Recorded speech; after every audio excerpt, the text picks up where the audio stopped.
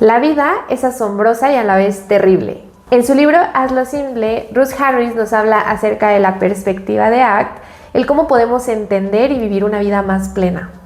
Nos habla acerca de cómo la vida es tan asombrosa que nos permite vivir experiencias tan bonitas como experimentar el amor, el éxito, la sorpresa, pero a la vez es terrible porque también a veces nos lleva a experimentar experiencias como el fracaso, la pérdida, la decepción. Ahora, si en este punto te estás preguntando ¿qué es ACT? Quédate porque vamos a hablar acerca de eso. ACT es el acrónimo de Acceptance and Commitment Therapy, o en Spanish, Terapia de Aceptación y Compromiso. Sin embargo, no lo leemos como ACT, lo leemos como ACT con la intención de llevarnos hacia la palabra actuar. Ahora, Ruth Harris nos habla acerca de no un actuar simple, sino una acción consciente, una acción que nos lleve hacia lo que es importante para nosotros, abriéndonos a las experiencias y participando de manera activa. Ahora, vamos a hacer un breve repaso de dónde surge ACT, no con la intención de que te hagas experto en todos los modelos clínicos o de que salgas de aquí sabiendo todo acerca de psicología.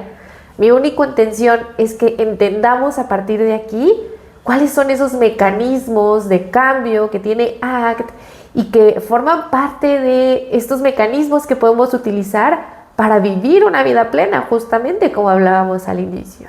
Entonces, ACT es un modelo terapéutico que surge en la mitad de la década de 1980 por Steve Hayes y es parte de estas terapias llamadas terapias de la tercera ola, terapias de tercera generación, terapias contextuales.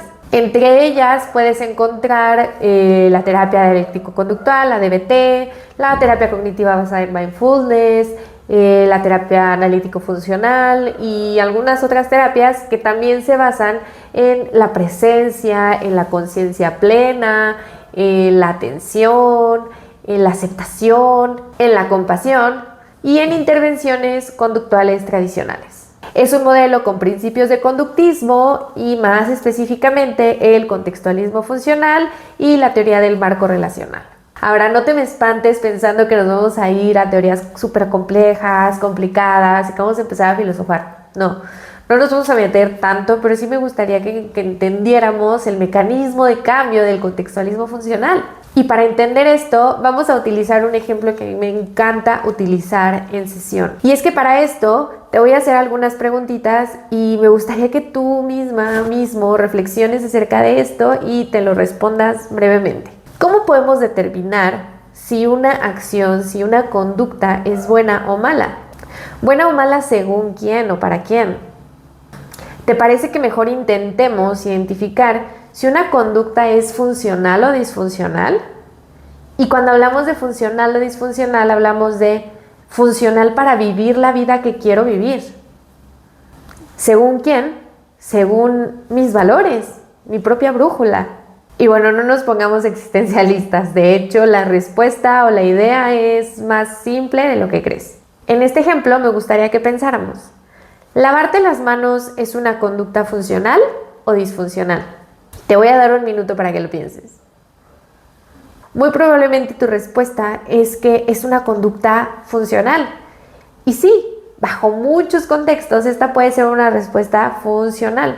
Es decir, si voy a comer, si voy a ir al baño, voy a ir al baño, lavarme las manos, si voy a cocinar. Lavarme las manos es una conducta funcional. ¿Funcional para qué? Para seguir viviendo una vida plena. Porque si me lavo las manos y estoy libre de gérmenes, puedo comer y tengo menos riesgo de enfermarme. Y en este caso, el no enfermarme me mantiene saludable y me deja vivir una vida plena. Ahora, ¿qué pasa si cambiamos un poco el foco de esa conducta?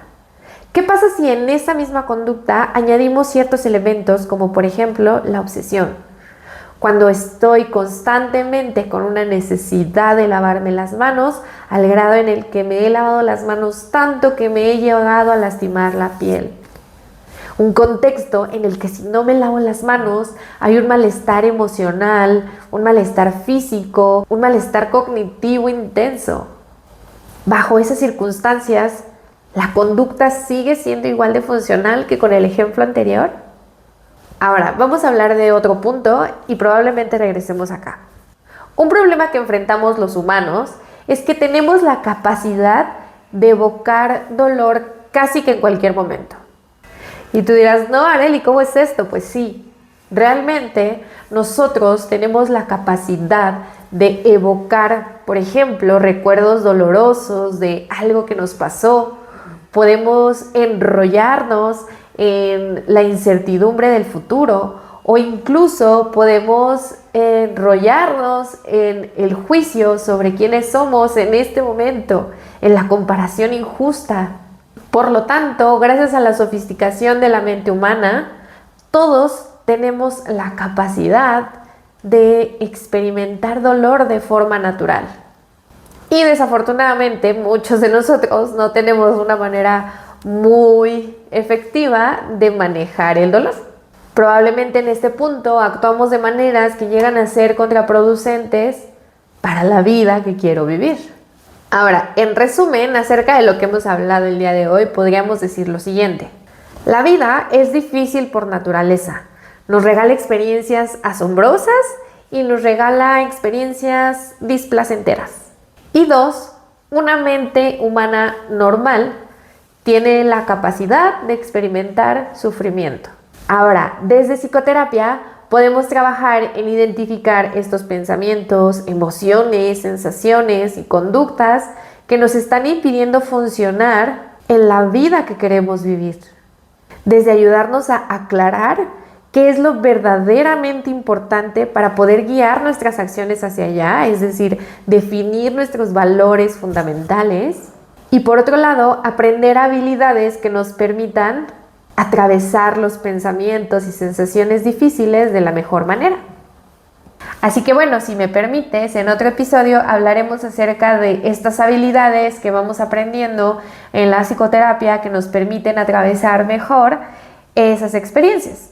Cuéntame si te ha gustado este video. La verdad es que tenía muchas ganas de probar un formato como este porque creo que nos permite platicar un poquito más.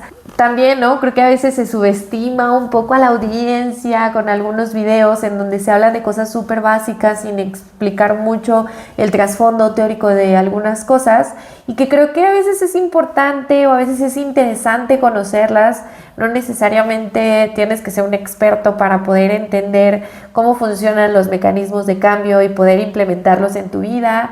Entonces, bueno, me gustaría mucho poder platicarles sobre esto. También hay muchas cosas que quisiera platicarles acerca de la terapia de esquemas, la terapia cognitivo-conductual, mindfulness, el estoicismo, porque son temas que me gustan muchísimo y que pues he podido tener la suerte de estudiarlos. Entonces, bueno, les estaré compartiendo un poquito más de contenido por este lado y si les gustó, por favor, háganmelo saber. Si tienen dudas específicas que yo les pueda ayudar a responder acerca de estos modelos o de estos temas, pues también déjenmelo saber qué dudas tienen. Si quieres iniciar un proceso terapéutico conmigo, te voy a dejar mis redes sociales para que puedas contactarme. Estaré muy feliz de trabajar contigo. No olvides comentar, suscribirte, dale like para que yo sepa qué es lo que les gusta y para compartirte un poquito más de información o que pueda hacer videos que te gusten y te interesen. Me dio mucho gusto estar por acá contigo. Adiós.